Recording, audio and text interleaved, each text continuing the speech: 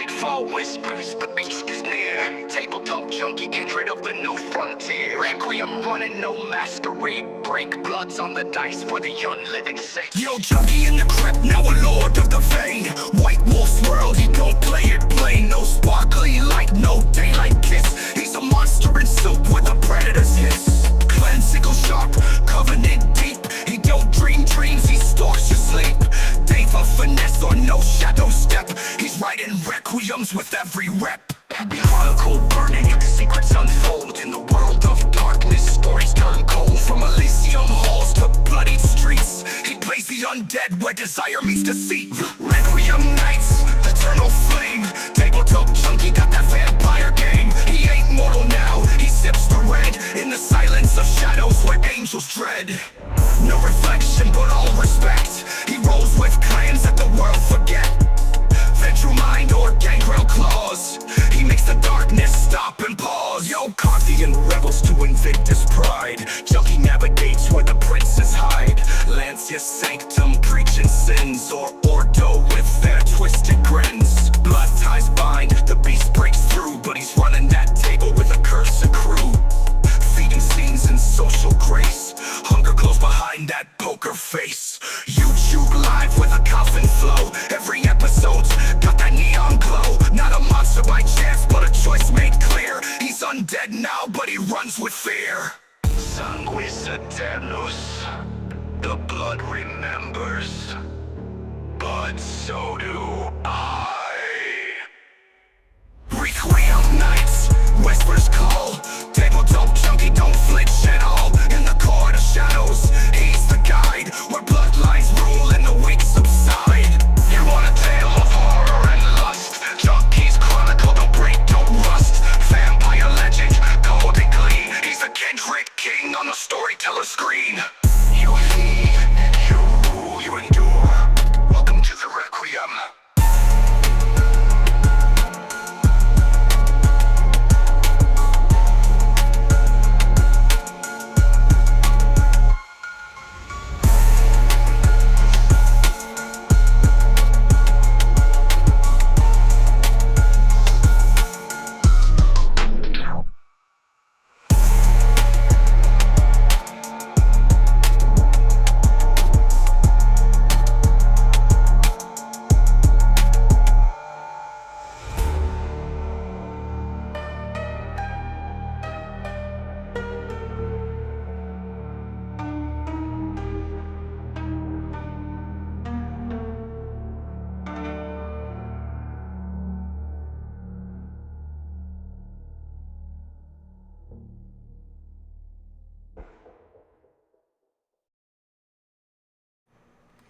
Hello, everybody, and welcome to a wonderful game of New World of Darkness, First Edition, which was published by White Wolf Publishing and played between 2000, I think it was the new era, as when these books came out, 2000 and 2013, because in 2014 it was bought by Onyx Publishing, and it was transformed into Chronicles of Darkness.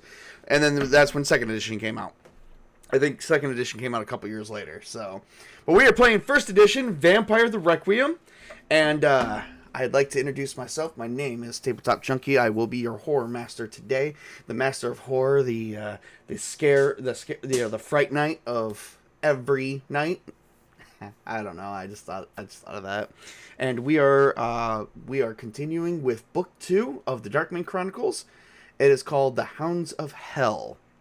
For those who missed book 1, there is some past streams. It goes through 7 chapters before the team actually gave up, and literally the players ran out of the mall. This place takes in the same position as that mall, Detroit, Michigan. But if you want to see the past stream of book 1, you guys can go right ahead and do that. Unfortunately, my players ran for their lives because they felt like they weren't going to make it. But I was out cold, so I can't say that. Oh, I was investigating still. Were you even there, Tails? Yeah, I was investigating in the lower rooms, and then dude ran out of the upper door, and they're like, and now you're all under arrest. Yeah, no, it was like basically you were investigating the upper floors. SpartaChris was out cold. Toby, Colin, and freaking Witch Queen all decided to say, fuck this, we're all going to die, and left.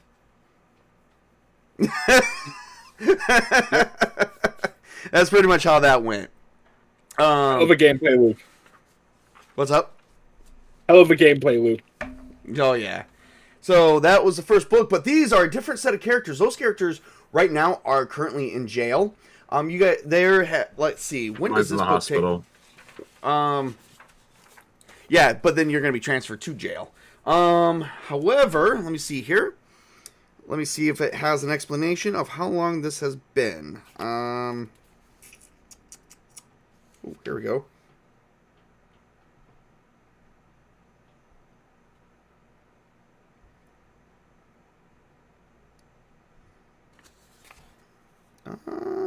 Oh, here we go.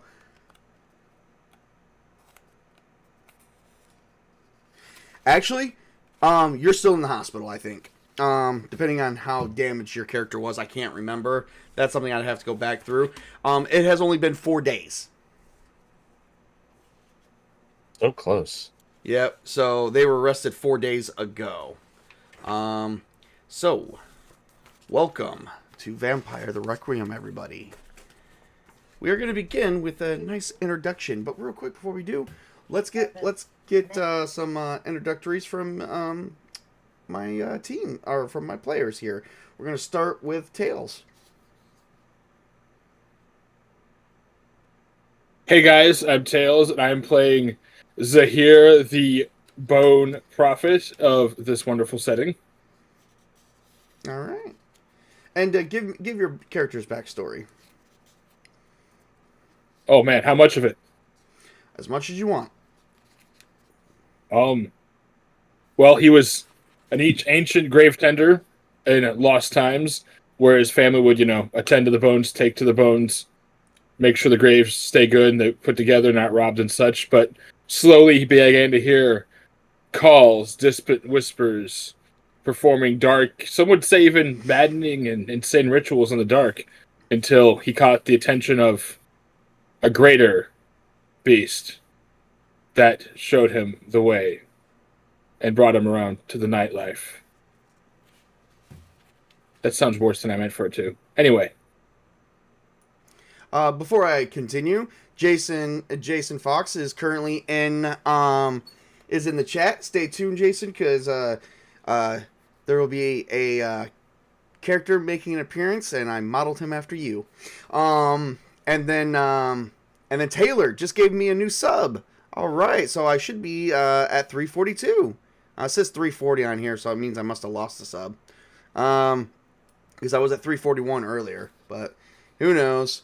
And, of course, Mrs. Tabletop is in the chat saying, hi, everybody. So that says off of YouTube. But we are also streaming on Rumble and Twitch as well. Moving forward, SpartaChris, it is your turn. Tell me a bit about introduce yourself and your character, please, and give a brief backstory. It can be brief or as detailed as you want. Okay. Well, I am SpartaChris, and I am playing the character Lucian Hawkins. My character was born to an upper middle class family in Boston.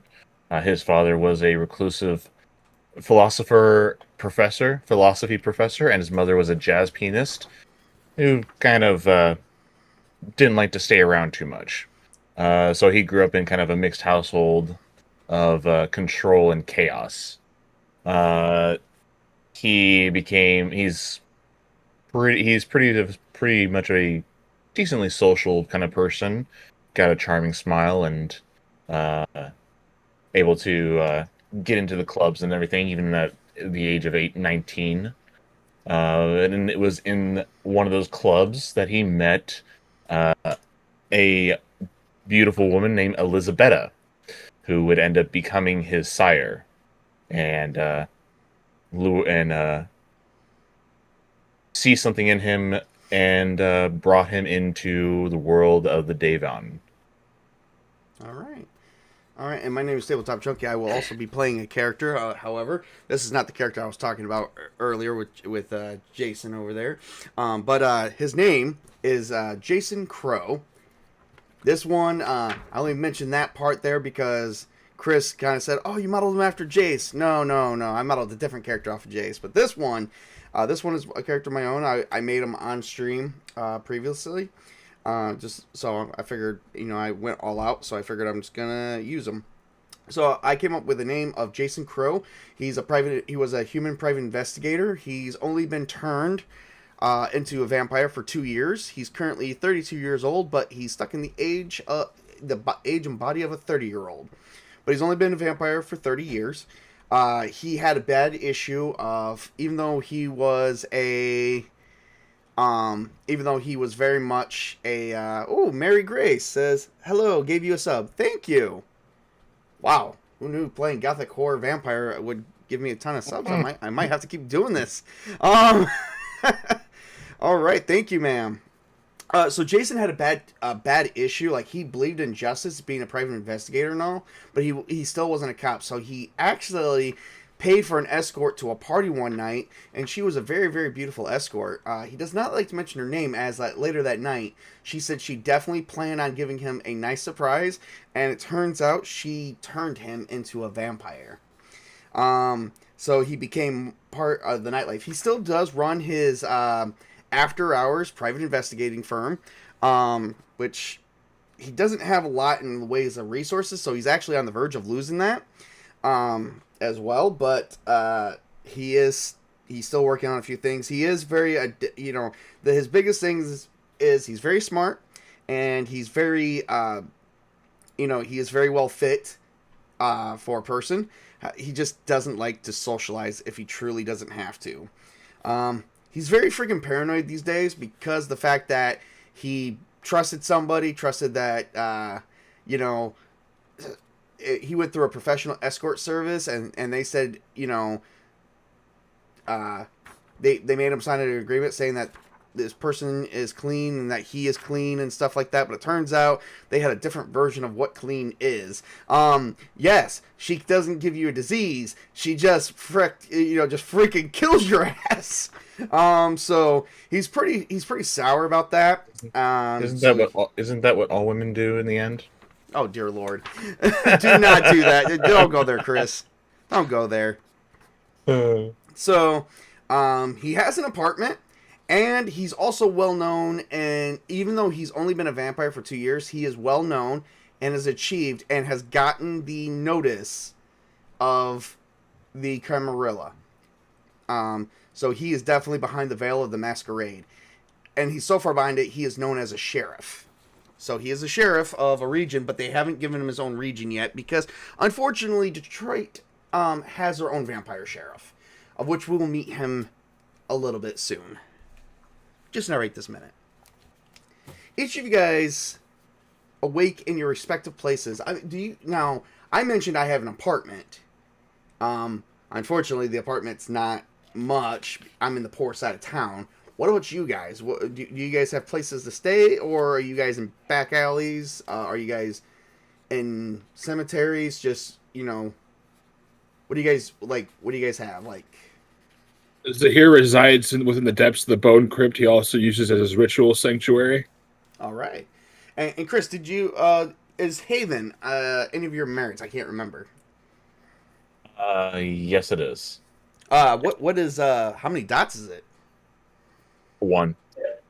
Okay, so you can have an apartment, or you can basically have anything up to an apartment. But unfortunately, it's going to be the poor side of town. I was thinking that I would probably be still residing with Elizabetta. Oh, okay. Okay. However, she disappeared actually about 6 days ago. So I'd be basically just manning the house while she's away. Exactly. You guys are in a studio apartment together. She gave you your own personal coffin. Vampires in the Requiem do actually sleep in coffins as well to protect them from the sun. Because, vampires can't go out in the sun. So basically, I wake up and I push aside the big, heavy curtains that help to block out the sunlight. Pretty much. So, as each person rises, let's see here. See if they're...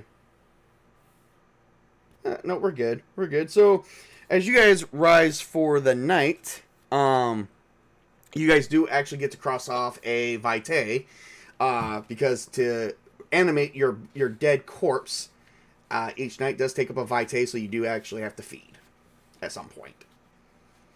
So, as each character rises, a vitae is spent, and Chris, you are currently in the studio apartment, opening up the curtains because that's the only time you can have them open. What are you doing before you decide to head out for the evening, for some evening fun at the local club? Shower, dress, and if it's possible, grab a blood bag from the refrigerator. Do you have resources? 2 in resources. Go ahead and roll me 2 dice, 2d10s. 2d10s. Yep. 7, 8, 9, and 10 are successes. 2 through 6, 2, 3, 4, 5, 6 are failures, and ones are fumbles. If you roll a 1, it counts against your success. So for every fumble you get, you minus a success. If you roll a 10, it explodes, and you roll another d10 and see what you get that way.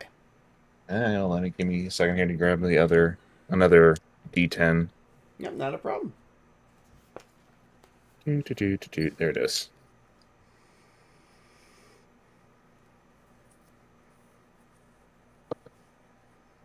6 and 9. 6 and 9. So 1 failure, 1 success. I will say you're down to your last blood bag. She left you with just enough food for up until tonight. Okay, then. All right. Which actually does stock you. It has enough to stock you up on 1d4 vitae. So go ahead and roll a d4 and see how much vitae you recuperate from that. 1. Okay, so it looks like you've been actually rationing out your blood. So that way, you just had enough to restore yourself with the 1 vitae that you used to animate your body with.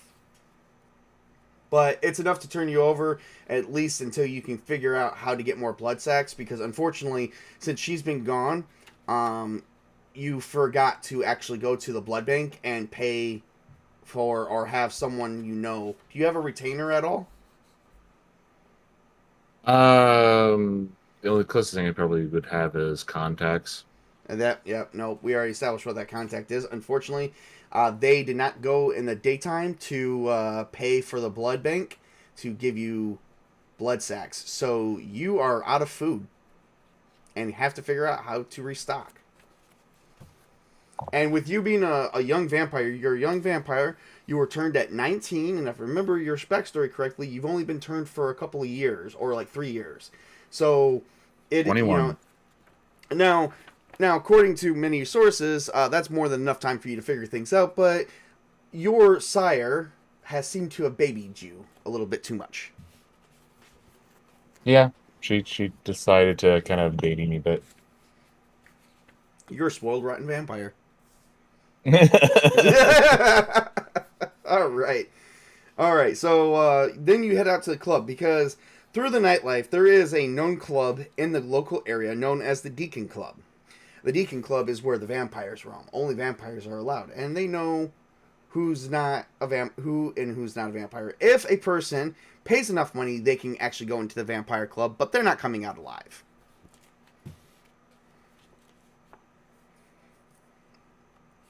All right. Okay. And to comment, Jason Fox. I named him Jason, so Jason Crow.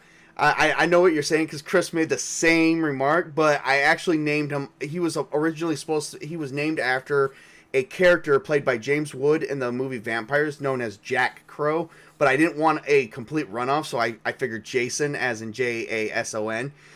So, little Easter egg there for you. All right, so going on to Tails. Tails, you awake at night. Do you have any resources, sir? Yes. You do. You actually have the resource merit?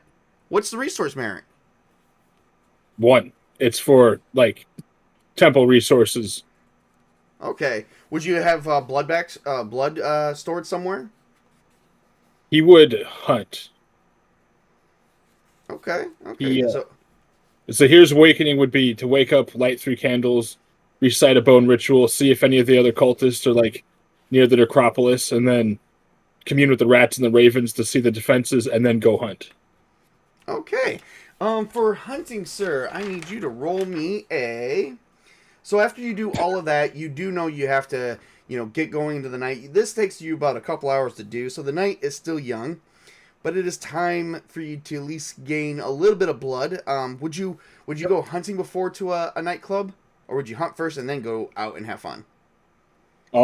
Since he is a predator feeding type of hunter, he would like to leave marks, and his presence known. Claw marks on the wall, little bone chain, something left behind to mark the territory of the hunt and the kill. So he would probably do that before going to the club. Okay, all right. So you would technically hunt before. Okay, awesome. That actually helps me out a little bit. Let me check here. And Jason's blowing up my chat saying, "No, it's named after me, man. It's named He's like, "Come on, man." All right, give me Oh, one or second. he did say that there was one named after you, just not this one. I did say that, didn't I? All right, give me 1 second here. I just got to pull up. Nope. There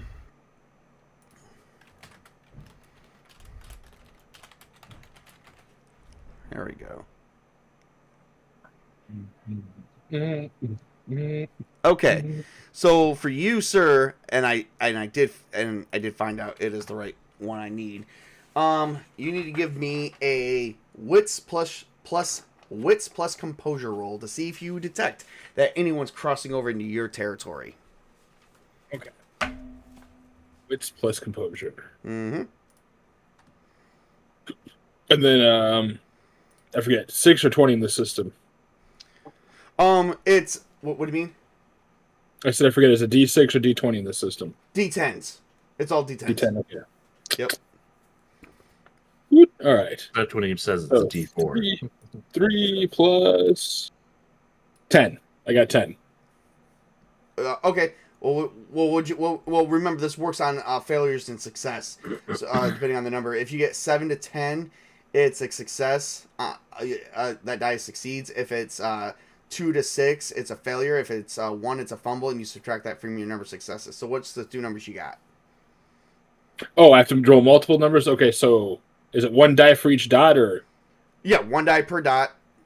Oh, okay. Okay, I'll roll 2 more D10s then. Okay, so the first one was 7. Okay. And then I got 10 and 2. All right, so the 2's a failure, the 7 and the 10 success, but you get to re-roll the 10 because the 10 explodes, so re-roll again. Boom. So 2 successes. 10? Okay, you roll again. That's 3. Don't blow up again, please. 9. 9. All right, 4 successes. There is a couple, and they want to have sex on someone's grave, and you hear them, and they're talking about, it's like, come on, it'll be fun. No, it's this, the girl's like, no, honey, it's disrespectful. It's like, come on, let's live a little. And they're not being quiet. They think they're totally alone. Okay. Let me look what I got here going on. I got stealth. Could I stealth and then come up behind them? Since this is my domain? Absolutely. Let's see here. So roll your stealth and your dexterity. And all you do is add all the dots together. So what's your dexterity? My dexterity is 3 and my stealth is 3, so that's 6. All right, roll 6 d10s. Okay. Man, you got a good success. Right now they're distracted and in the ultimate fight for ecstasy, so and having fun. So yeah, not gonna. I got a 3, I got a 5, and I got to roll 4 more. 3, 5, 4, 10, 3, 5, 4, 10. 3, 5, 4, 10. And then 9 and 10. All right, so you've got 2 10s and a 9. That's 3 successes, but you got to re-roll the 2 10s. Okay. And then I got a 6 and a 10. Re-roll that 1 10 again. That's 4 successes. And that is an 8. 8. That's 5 successes. That is what we call an extraordinary success. They do not see you coming whatsoever. You have the opportunity to drop on them. And that's what I'm going to do. I'm going to drop on them, and if I can, I'm going to like eat one's head just clean off, and then start slurping the other. All right. That so as he lays his girlfriend down and makes out with her, he begins pulling off her pants, and as he does that, you manage to come up behind him and basically you eat him.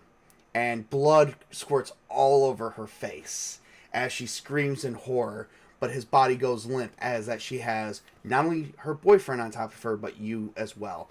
She cannot move, and she is completely restrained. Give me a D10 roll, please. Sounds like a horrible. Sounds like a horrible event that you normally see in the movies. I know. You've come to perform sacrilege. Sacrilege is what you will get. And I rolled a 7. If it's just a clean D10. Okay. Yeah. So basically, here's one. You restore 7 vitae to yourself. Nice. On top of what you already have. You are currently. Yep. I was just gonna say, so they fell victim to the number 1 rule in horror movies: don't perform one of the sins, sex, drugs, or anything of that nature. The sin that they performed is lust. Lust. That's what we're looking for. One quick question. Yes. Was there any attendees at the necropolis? Because if there were, I'm going to drag. If there were any attendees at my ritual site at the necropolis, I'm going to drag her back for those lowly whelps before I return and go to the night club. We're going to say there was not. Okay. Give me one. Okay. Yep. Nope. I'm looking at something here. Then I'm just going to drain her and leave their bodies a wonderfully mangled mess, so everyone knows that this is my fucking territory, and to not do that again. Nice. Yep. So, you definitely. Yep. So you definitely fed from her and restored 7 vitae, or fed from him. And then, are you feeding from her too? Just make sure that there's no witnesses. Yes, and like I said, once I'm done feeding with her, I'm going to string her bones and her entrails up to like really, really desecrate the site, so they understand that is territory. Nice. Why do I have a feeling? How much vitae do you have left to fill up? You started off with 7. You started off with 7. You lost 8. 1 for waking up. I have 8 left. 1, I can fill up. 3, 4, 5, 6, 7. 7 and 6 is 1, 2, 3, 4, 5, 6, 13. So 1, 2, 3, 4, 5, 6. Oh, 7. 8, 9, 10. Oh, okay. So you only have 7 left. All right, go ahead and roll another D10. If you gain 7 or more, you are full on vitae for the evening. You are not even looking for a snack. Okay, I got a 5. Why do I have a feeling that like there is a that Tails' character has basically just created an urban legend about the necropolis where he lives? Because there's been many murders there. Now there's been many murders. He's put the murder rate is right so high. I knew it. And they haven't found his ass yet. Well, they're looking for a living guy. They're not looking for a dead guy, a vampire. No, so he's constantly sleeping in the crypt. Right underneath everyone's nose, and no one's like, where is this guy? Where is he? Correct. What'd you get on your dice? Oh, I got 5. All right, so yep, just add 5 more. And then when my protein levels up, I'm gonna be doing it in the dirt way more often. Now I'll be sleeping in a coffin. I'll be dirt melding, bro. One right. with the darkness, dust, and the earth. So then you go back, you clean yourself up, and you head to the Deacon Club and search for... What is your purpose going to the Deacon Club? What would your character go for, most likely? Why would he go? I think it would probably have something to do with either rites, local rituals, and or territory disputes, issues. Do you have status as one of your merits? As one of my merits, I do not. I have allies, resources, language, and haven. Ah, okay. All right. So you're gaining resources. So you're, you know what? The masquerade, the some of the head people want to talk to you because you have killed so many people, in this area. Your murder level is up, so they want to talk to you about that. So you actually have, they found out where you lived at. These are high-ranking vampires. And you had a letter delivered to you and placed in your, on top of your crypt.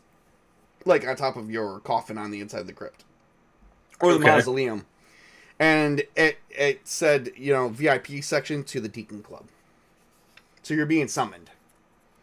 And in it is the vampire sheriff's, insignia for this region. Well, then, so you're being summoned by what you would be considered a higher ranking of the Camarilla. Then he would think somewhere like between Victorian and like Old West, and then there's sort of tuck that envelope into his inner breast pocket. All right. And then go. He's sticking out like a sore thumb in a modern age. Correct, but he just killed 2 people, and had a bloodlust. and he's probably got blood dripping down the front of his clothes. If you're as old as him, you're self-respecting enough to dress up accordingly during summons, even if it's the wrong time. Enough of that. All right, so moving on. All right, so Jason Crow, of course, has waken up himself. He does have 1 resources. I'm going to see if I'm running low, but it's time for me. I haven't had much of any gigs lately, because hardly... Oh my god, I got the wrong bag. Oh, I did get the wrong bag. Whoops. I told my dealer that last week. But You got a bag of flour instead? Yeah, it was full of this red stuff, and I thought it wasn't. It was candy. It was just licorice. Nope. So as Jack awakes in his apartment, he is actually out of food. So he doesn't have any blood bags. He doesn't have a retainer to actually pay for anything. So it's time for him to go out and do a job because he actually hasn't gotten much of a job at midnight. He's lost his offices, his private investigating firm office, because unfortunately he's under eviction. So now he has to go out to the Deacon Club to see if he can search for a job for a wealthy vampire that might be able to pay him to do a job. And that way he can regain blood, or blood sacks to help feed himself. Or, because if you don't feed and you run out of IT, you are basically mummified until someone resurrects you themselves. And Although I thought you said he lost his firm, so he's trying to save his firm. He has to pay a certain amount. He actually has to pay... to have a firm like that is roughly about $1,500 to $2,000 a month. So he's behind by, we can say he's behind by 90 days. So he owes like $7,000 to the city. Wow. Yeah. Damn. For just a building that he can't even keep because he doesn't have any money. The most money he has $1,000 in assets and maybe $500 to himself. But without any jobs, he actually has 0. So he has to liquidate his assets. So Jason is heading out to the Deacon Club. He is dressed in his, he has a, he doesn't have a top hat per se. He just has one of those hats, and he has a trench coat. And he's just going out to to procure some food and money.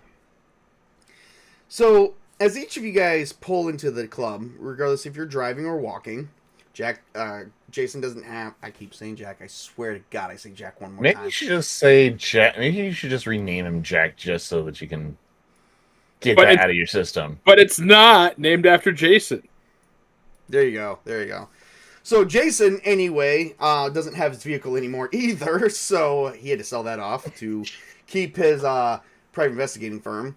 That's probably why he's lost a lot of clients. Besides the fact he's also dead and can only operate at night. I can just see it now. Yes, I don't have my vehicle. Do you mind driving me? when a client comes in, and asks for his help. Hate to break to you, there's a lot of reasons why Jason has also lost some clients. First off, when being a Nosferatu, and he's part of the Nosferatu clan, he has this uneasy, nightmarish aura about him. People are scared of him. Even if he's not necessarily deformed, he just makes people very uncomfortable. Dandy. Understandable. Nosferatu actually has a natural aura about them. It doesn't necessarily have to be physical looks. It could just be something that makes people uncomfortable, and he's the reason why he lost a lot of his clients. He got the short end of the stick. He did, because the client he got was a Nosferatu, and for some reason he didn't sense anything about them. He had one thing on his mind that night. He got it in the worst way possible. Well, that sucks. He does. Yes, he got the short end of this stick. All right. So he walks to the nightclub. How do you guys get there? I'm assuming with living in a cemetery, you don't have a car either, Tails. Yeah, I just walk enjoying the smell of the night and make my way there. All right. And SpartaChris, how does your character? What's your character's name again? I know it was Zahir, Jason, and who's yours? Cian. Wait, who's Jason? Is that way to Jack? Shut up, Tails. Lucian. Lucian. How does Lucian get to the nightclub? He's gonna walk. I mean, all right. So Isabella, I can't speak now. Isabella has the car. Oh, okay. And she's been missing for almost a week. Yeah, I'm starting to get a little concerned. All right. Well, if you're trying to look for her, the one good place you can find you can get information is the Deacon Club, the Vampire Club of Detroit. So that's why you're going there. Which is also to get money. Yeah. So yes. you're already on the right track for everything else today. So yes. So as you guys all approach the nightclub in the nightlife, you do see many vampires going in. You guys do see some mortals going in as well, but the mortals are kind of being siphoned off into the other section. But these mortals, you notice that they're waving a UV flashlight, and they say, "Okay, if you want in, just show me your arm or your hand." And you see some people checking the neck, and you see a symbol marked on each one. It's the same symbol.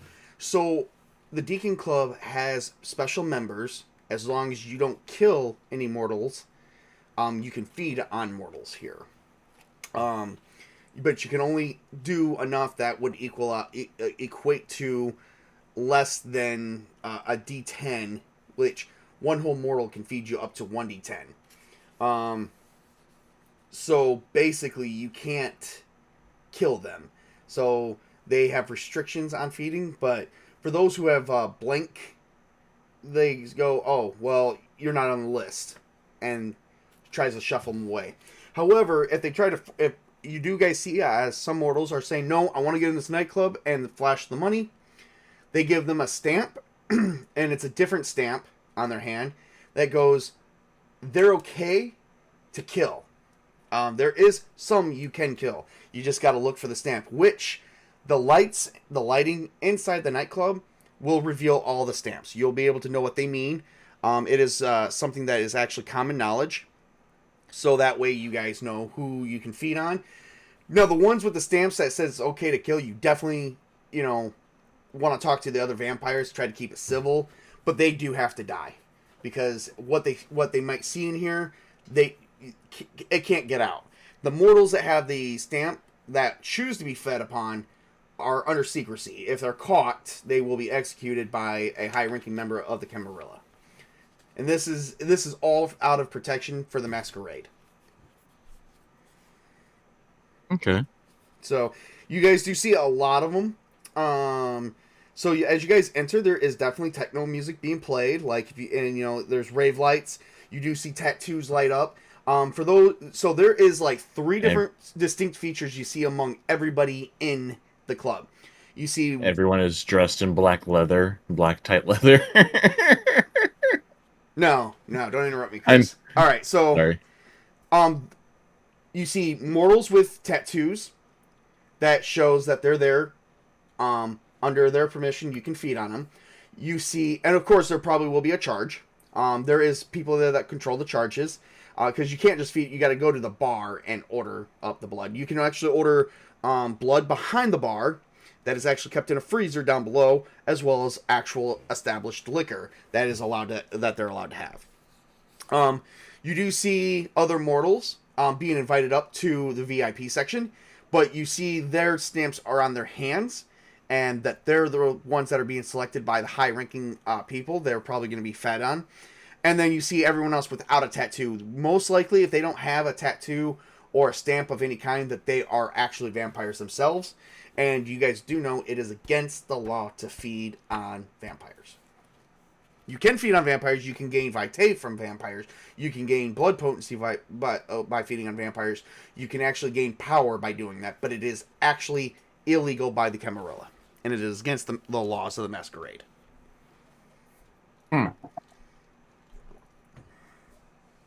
So if you guys ever seen the first Blade movie, which I think we all have, you guys are pretty much hearing techno music going on right now. People are dancing. People are having fun. You see vampires feeding on certain mortals willingly. Men, women of all kinds. Different cultures, it seems like. You hear people with accents, and then you got others that are being selected to go to private booths on the main floor, which are not necessarily VIP. Some being selected up there. You see that they're being escorted by the bouncers. So a lot of good stuff is going on. What do you guys do as you guys are in the nightlife of the Deacon Club? I would probably examine the room, look around, take in the area like a predator walking into the new grounds. Give me a wits plus composure roll there, sir. Alrighty. 3d10. That is 2, 7, and a 5. 1 success. So under the 1 success, you are basically, you see everything that I explained to you, but you don't see much more than that. And right now, it's actually the peak of the party. It's almost approaching midnight. Midnight hasn't came yet, but it seems like the party is just getting started, and it is revving up really high. Mm-hmm.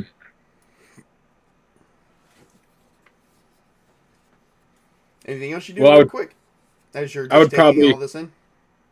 Yeah, like I said, probably just going to feel the room, maybe potential routes through the crowd and the building while making my way to the people to speak with them. All right. So SpartaChris had to be pulled away for just a moment. Let's take a minute, everybody, and we're going to take a quick break. I think 5 minutes is pretty good. So I'm going to put us on a hold screen real quick. At this time, this will be good to use the restroom. If you guys like what you see here, please like and subscribe to the streams. I'm on Twitch, I'm on Rumble, and I am on YouTube. So please like and subscribe, give me a follow, whatever. I also do have my my X page in there. You guys can, if you guys like what you see here, I do try to be open to and having new players. So you can always reach out to me if you so desire. But other than that, we're gonna take a 5-minute break and see when Chris gets back. And if he's not back, we'll just continue with Zahir and Jason.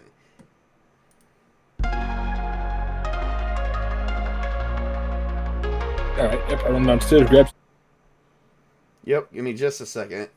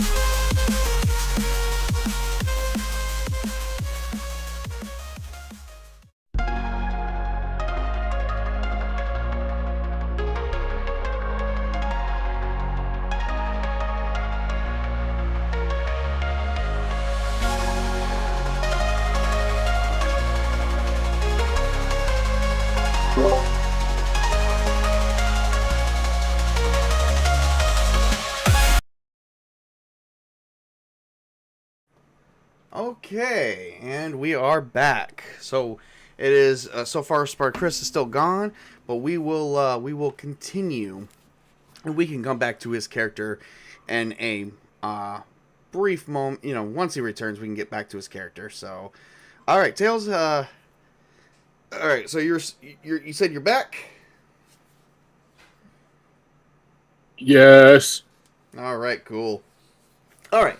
So right now you're not being bothered too much. You're not like people are partying, having a fun time. The VIP booth sections looks like they're on guard from bouncers, so getting past them to talk to any high-ranking member of the Camarilla is nearly impossible right now. Possible because there's some business being taken place. So in the meantime, what do you do while you wait for those to open up?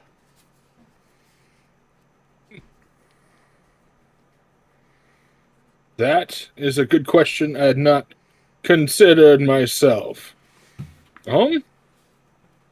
Yeah, well, you're also full, so it's Yeah, I was not gonna see if I couldn't like listen or observe the crowd to see if there might not be somebody who like sounds like they're equally into like the occult and like ritualistic worship of like things as my character We're might be, you know? gonna, yeah, I'm not gonna make you roll for that because that's gonna take up a lot of the time. So your character will have more than enough time to be successful at listening in. Because you're gonna do it as an extended task, and usually you just make one roll, and it's made at an easier difficulty. So we're just gonna say, no to that at the moment because that's what you're doing, but you're gonna more likely be successful at it. Yeah, like side thing. Right, Listen right, to the crowd. right. Absolutely. So going from there, we're gonna go to Jason. Jason, of course, is also noticing the same thing. Let me see. What's in composure? I get to roll 5.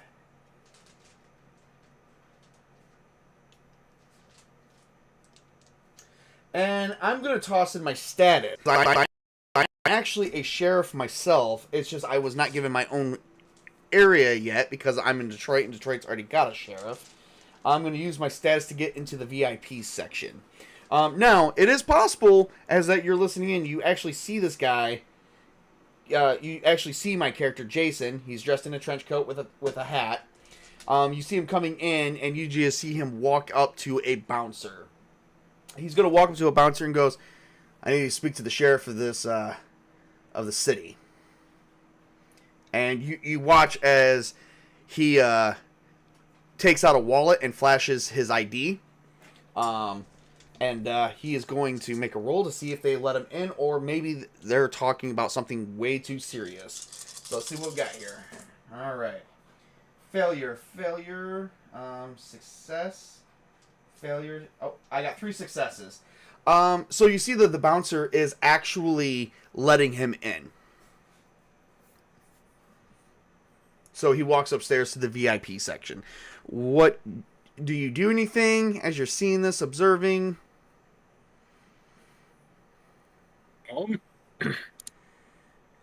I would probably like, get a little detective, a little scruff McGruff as like what's going on, or like why he would get a pass type of thing, and maybe use the opportunity to show that I was invited via the letter. Oh yes, absolutely. We did forget about that. So as you walk up to the bouncer and you show him the letter, the bouncer goes, "Yes, you're expected. Unfortunately, your appointment's not till midnight. You have 20 minutes." Okay. So then I would go ahead. Yeah. I best I would guess is go to the bathroom, gussy up quick, then get see if enough time passed. I don't know.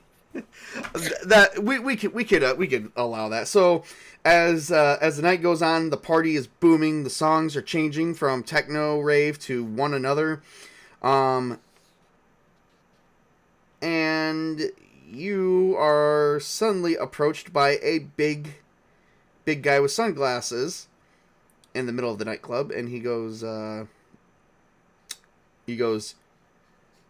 sheriff will see you now. You are being summoned." It's my pleasure. And then make my way to the sheriff. So you go up to the VIP section. They escort you right there, and as you walk in, you see a man. He is dressed in a black leather trench coat with a red shirt, and he's got blonde hair. He does have Norse tattoos on his arms, from what you can see, on his hands and on his neck. And he's wearing some black jeans, but very nice, looking black jeans. Okay. You see Jason as he sits with his trench coat, and it looks like they have been talking before your arrival. And Okay. they turn around and go, you hear Jace. He goes around and says, "Zahir, I take it. Please have a seat." As I set one of my little bone chains on the table in front of him and sort of slide it as I sit down, awkward and dark, slow like. All right. My name is Jace Northman. I am your sheriff of this so-called city. You both have been summoned here. There has been one more, but seems that there was one more person I picked out for the job, but it seems that he is unable to climb the stairs for some strange reason. Maybe he's feeding, I don't know, but perhaps you will fill him in. This is his identity, and he tosses the file over, and as you open it, it is a picture of Lucian. Interesting. I picked you three as tributes to our society. I have a job for you guys. You'll be handsomely paid, of course, and both food for at least a week, and you'll receive a month's worth of establishment, which means wherever you're staying at, if you owe the city money, I will make it disappear for the next month. He turns to Jason. Jason, I know you would like your eviction notice overturned, which unfortunately, for 3 months worth, might be kind of costly. Your services will need you to provide additional services, but I will, for each job I give you, I will pay for 1 month. So I have additional services beyond tonight. So we will discuss of your servitude to us a bit further. Lucian, of course, has a missing sire as well. That's why he's been selected. I don't know, there's hardly anything I don't know about what's going on in my town. So that's why you three have been summoned by me. So, let's get down to brass tacks here. As most of you probably heard at this point, and if you didn't, there's a large number of wild stray dogs getting their paws on vampire blood. As they drink it out of desperation due to starvation, they are slowly turning themselves into what you would think as ghouls. Essentially, or a better term is hellhounds. This is what we call a hellhound in our society. They're dogs that have vampire blood in their system. Now, it is not illegal for hellhounds to exist, but it is illegal for them to run a rampage in an area out of risk of exposing our society. However, the hellhounds have no masters, as their masters are turned by vampires that eventually are killed. This has led to a very high population in hellhounds. We are, according to a census of which I had at the city, and I paid handsomely for secrecy, while they know about our secret society of the Masquerade. There is about 20,000 of these hellhounds alone in this area. We're basically on the verge of exposure. And the next month, maybe longer, we will be fully exposed. You guys are all being drafted. What's up? This does pose a significant risk to our masquerade, indeed. Which we will talk a bit more about your significant contribution to us that we've actually had a number of cases suddenly go cold. I had to pay off a few city forces because I think you're the one who lives near the Detroit cemetery, and a lot of deaths been happening around that area. Unfortunately, the police, the Detroit detectives, have actually found a link and has tracked your hunting grounds. I paid off the police to destroy all evidence, and all evidence suddenly disappeared. But thank you, but all mortals are prey in time. That may be true, but we still have a job to do to keep ourselves protected. And unfortunately, there is a mass murderer known to be in our area, supposedly, but that mass murderer is you. We will talk about your recent crime scene, which has already been reported. Somebody found 2 bodies strung up in the cemetery, which kind of fits your MO, but no one has still found you yet. But, however, we will talk about your contributions to our society in a few minutes. You're being drafted into a special task force to complete the following tasks and gather information that will help us keep this mess under wraps and keep our society secret. First task is to investigate the Hellhound threat in the city streets and eliminate the ones you can. If you can't eliminate any, but keep yourself safe. I can't risk any further exposure. If any vampires are ripped to shreds by these things, that's going to be even harder to cover up. The second task is to find out where the Hellhounds hide while the sun is up. They have a weakness towards the sun just like we do. For some reason, the population is not going down, it is growing. So they are hiding somewhere in the city. I don't know where the hell 20,000 of these things can go, and nobody fucking finds them. This is very frustrating, even as the sheriff. Third task, destroy their home, forcing them out. Final task, report all information to me. And to see how much better we can proceed with the said threat. You'll not be a big enough task force to eliminate all Hellhounds in the area, but big enough to see how many we can gather, how many you can at least destroy, at least if you can even destroy just a few to drop the population by at least a percentage, 1%. That will give us, and uncover all the information that is needed. That will give us the exact numbers we're going to need to proceed with a full eradication of these wild beasts. Unfortunately, you guys do not have a choice in accepting or not accepting. First off, I'm going to explain why. Zahir has his missing sire. He's been babied. He doesn't know much more of society or how to live by himself. And unfortunately, all his resources went with his sire. So he must join the task force if he's hoped to find her.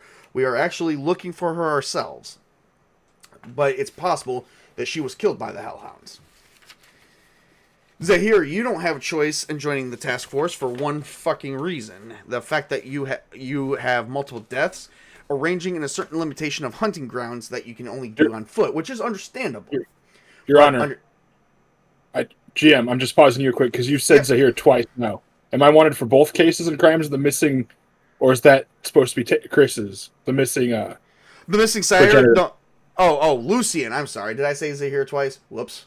Yes, that's why I was like, Oh, okay. Thank you for interrupting that. All right.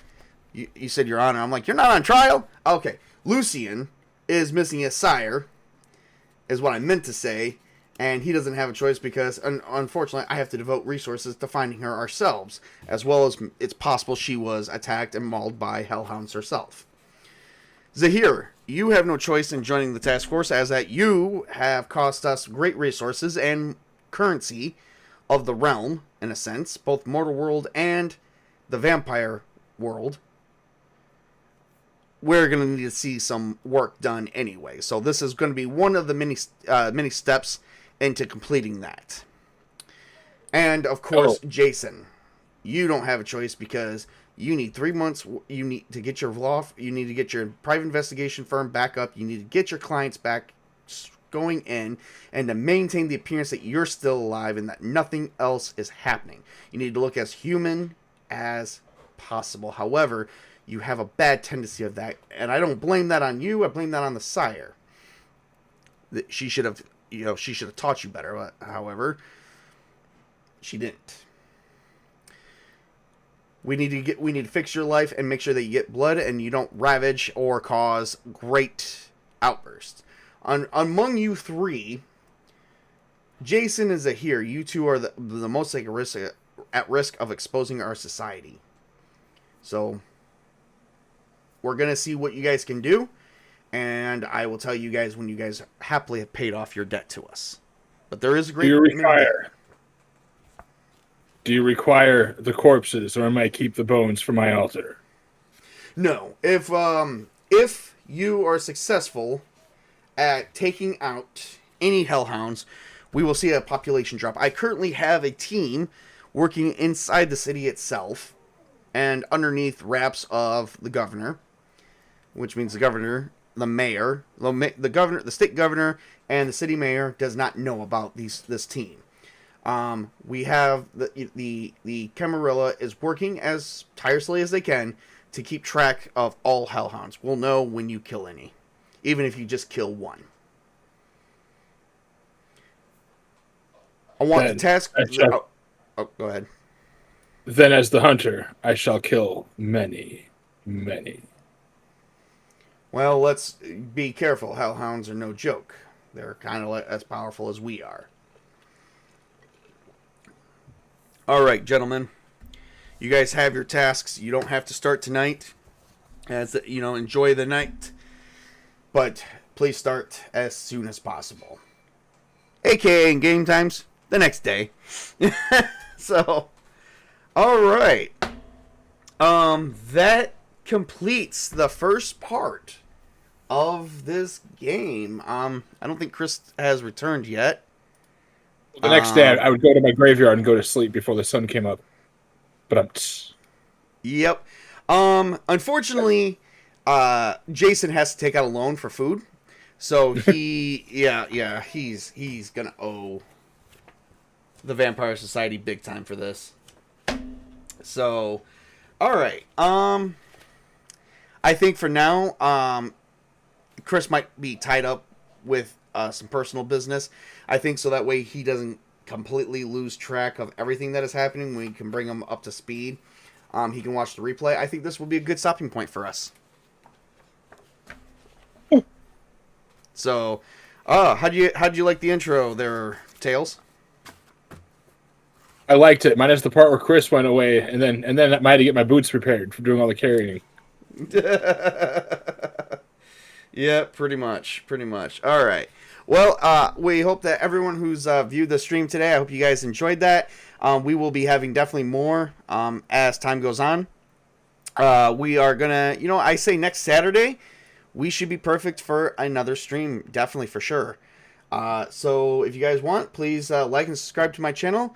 And I'm sorry for saying Zahir so many times. I don't know why. I think it's because Chris isn't here, and I totally thought we still had 3 players. So while Chris was doing his thing, it was only Tails responding, so I kept thinking of Zahir. So, but little blooper there. So anyway, for those who joined us, thank you guys so much. I want to wish you guys a great weekend, and remember to work hard, play hard, game hard. Game on, everybody. Have a great and wonderful night. Hope you guys enjoyed the stream, and yeah, take it easy. Bye for now.